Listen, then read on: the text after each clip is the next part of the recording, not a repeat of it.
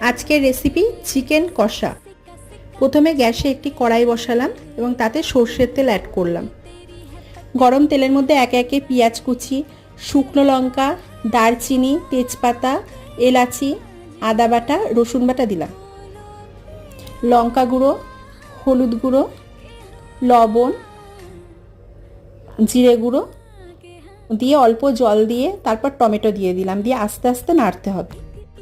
এবার একটি আলাদা কড়াই নিয়ে তাতে তেল গরম করে আলুগুলোকে দিয়ে একটু লবণ ও হলুদ দিয়ে আলুগুলোকে ভালোভাবে ভেজে নিতে হবে।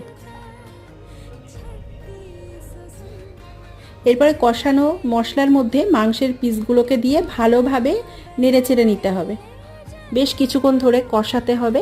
তারপর আলুগুলোকে দিয়ে আবার ভালোভাবে নাড়াচাড়া করতে হবে। অল্প জল দিয়ে ধিমে আঁচে আস্তে আস্তে করে রান্না করতে হবে।